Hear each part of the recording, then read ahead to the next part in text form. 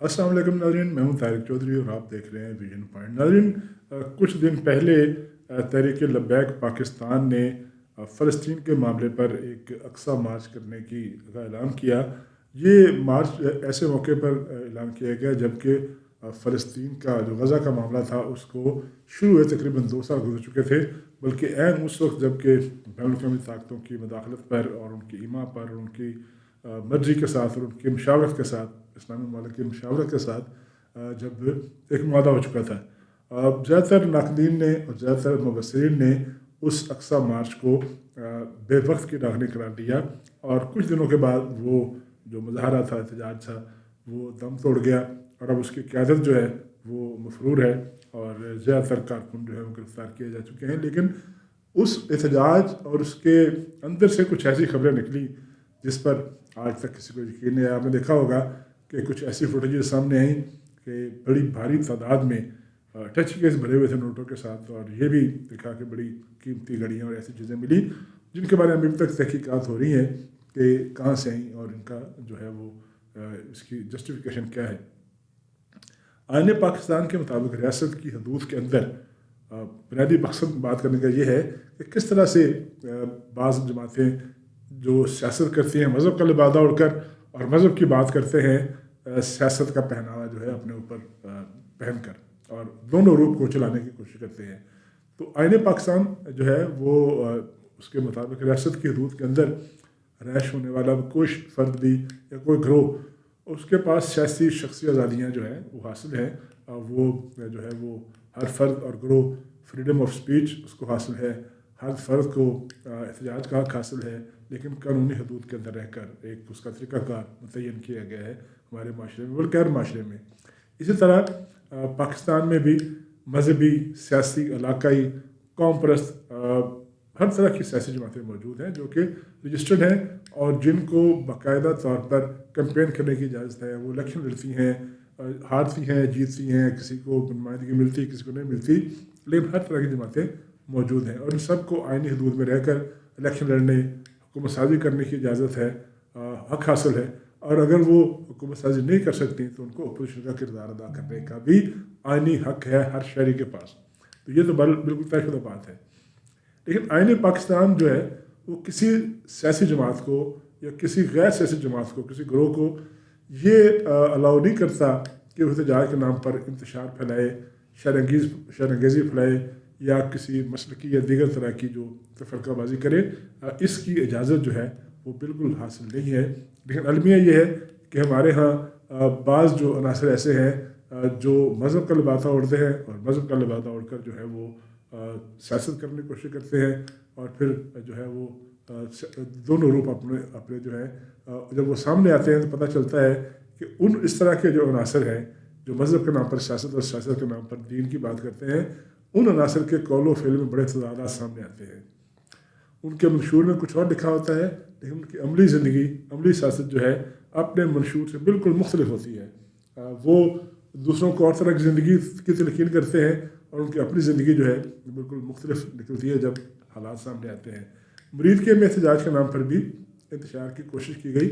और जब TLP जो थी जिसकी सियासत और तर्ज़ अमल के हवाले से बड़े तज़ादात हमेशा सामने रहे हैं। 2016 में ये जमात बनी थी, आज तक हमेशा कई तज़ादात उसके सामने आए हैं। लेकिन बहरहाल चूँकि आईन पाकिस्तान के मुताबिक वो जिससे सियासी जमात है, लिहाजा उसको जो है कभी बहुत ज़्यादा चीज़ें कंट्रोवर्शियल नहीं बनी, लेकिन अब वो चीज़ें सामने आ रही हैं। पंजाब की मिनिस्टर इन्फॉर्मेशन ने आपने देखा होगा कि 2 रोज़ पहले एक बड़ी तफसीली प्रेस कॉन्फ्रेंस की कि इस जमात की जो क़यादत है उसके पास से क्या कुछ बरामद हुआ है। बड़े हैरत अंगेज़ इंकशाफात हुए, बड़े हैरत अंगेज़ हक़ाइक़ सामने आए उस प्रेस कॉन्फ्रेंस में। वो जमात जो सादगी का दर्ज देती है, वो जमात जो इस्लामी शायर पर अमल दरामद की दावेदार जमात है, वो जमात है जब उसके लीडरों का तर्ज ज़िंदगी सामने आया तो पता चला कि उनका रुख बिल्कुल मुख्तलिफ है। पता चला कि TLP के सरबराह जो है हाफिज़ साहब, उनके नाम पर 95 या 100 के करीब बैंक अकाउंट है और ये सारे बैंक अकाउंट ऐसे हैं जिनमें करोड़ों रुपए की ट्रांजेक्शन हुई। और अहम बात यह है कि वो अकाउंट्स है जिन पर जो है वो जो सूद का मार्जिन होता है, सूद का जो मुनाफा होता है, वो भी इंटरेस्ट जो है वो भी लगता था। दूसरों को तो कहते हैं कि बिल्कुल ठीक है, सूद जो है वो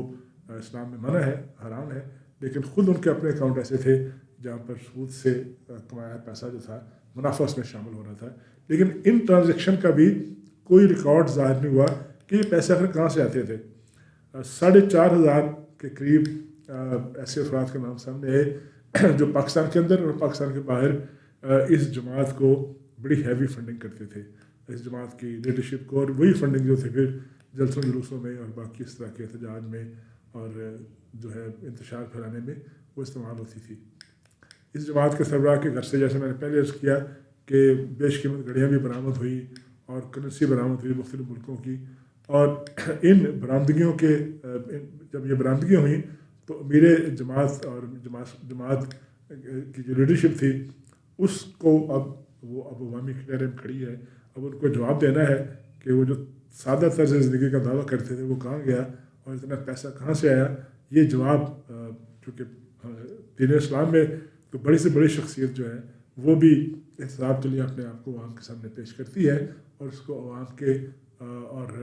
जो उम्मत है उसके सवालों का जवाब देना पड़ता है। तहरीक लब्बैक पाकिस्तान बात कीजिएगा, जो बज़ाहिर तो दीन का और शरीयत का दावा करती है, उसकी प्रचारक है और इस अंदाज में उसका दावा करती है कि सूद हराम है और यकीन तौर पर हराम है, लेकिन फिर अपने बैंकिंग निज़ाम पर तनकीद भी करती है। लेकिन पता यह चलता है कि उसी बैंकिंग का निज़ाम जो है उसकी वो बेनिफिशरी भी है। इसी तरह जो ये जमात है ख़ुद, इसकी हकीकत ये है कि जब उन पर कानूनी कार्रवाई होती है तो तहकीकात में पता चलता है कि 100 के करीब ऐसे अकाउंट जो है जहाँ वो बैंक से मुनाफा भी हासिल कर रहे थे और वो मुनाफा कहाँ जा रहा था, किस मद में खर्च हो रहा था, इसका भी कोई जवाब नहीं दिया किसी ने। एक साल में इन अकाउंट्स में तकरीबन 15 करोड़ की रुपए की जो है वो बाकायदा ट्रांजेक्शन हुई, यानी इन अकाउंट्स में पैसा आया। अब निकल के कहाँ गया इसका फ़िलहाल कुछ पता नहीं है। ये बात वाज़ेह करती है कि जिस चीज़ से, जिस अमल से, जिस फ़ेल से ये अवाम को रोकते हैं, खुद उसी फ़ेल के मुर्तकिब होते हैं और ख़ुद उसके बेनिफिशरी हैं, ख़ुद उससे फ़ायदा उठाते हैं। अब सवाल बुनियादी तौर पर यह है कि हमारे यहाँ वो लीडर जिसने अपने आप को अवाम के सामने एक मिसाल बना के पेश करना होता है, अवाम के सामने एक मिसाली खाका पेश करना होता है शख्सियत का, ताकि लोग उसको फॉलो करें। अगर वही उन लोगों की ज़िंदगी इतनी मज़ाद है, उनके म्यार इतने दौर हैं, तो फिर यकीनी तौर पर अवाम की आंखें खुल जाती हैं और अवाम आंखें खोल के ये सवाल करते हैं कि जो आपका तर्ज़ ज़िंदगी है वो आपके कॉल जो है आपका, वो आपके फ़ेल के मुताबिक क्यों नहीं है। लेकिन इस तरह की जब खबरें आती हैं तो इससे फिर जो अंधाधुंध या जो ब्लाइंड फॉलोवर होते हैं इस तरह के लीडरों के, उनको भी ये सबक सीखना चाहिए कि जो लोग अखलाकियात के नाम पर, फ़लस्तीन के नाम पर, जो आज़ादी के नाम पर, दीन के नाम पर सियासत चमकाते हैं, वो ख़ुद दुनियादारी के कितने बड़े जो हैं वो अलमबरदार होते हैं और ख़ुद उसी दुनिया के मज़े ले रहे होते हैं जिस दुनिया की आसाइशों से वो अपने फॉलोअर को मना करते हैं या उनको निगेट करते हैं। तो इससे ये भी साबित होता है कि इस तरह की जो लीडरशिप होती है उसका अमल और उसका जो फ़ेल है, उसका कॉल और फेल जो है उसमें तज़ाद है, और आवाम को चाहिए कि अपने लीडरों को चुनते हुए ऐसे लीडरों का इंतखाब करें जिसकी ज़िंदगी, ज़ाती ज़िंदगी, ज़ाहरी और पेशेदा ज़िंदगी एक जैसी हो, और जो बात करे, जो वो दावा करे, फिर उस दावे को सच साबित करे और पता चले कि उसकी ज़िंदगी में, उसके कौल व फ़ेल में कोई तज़ाद नहीं है।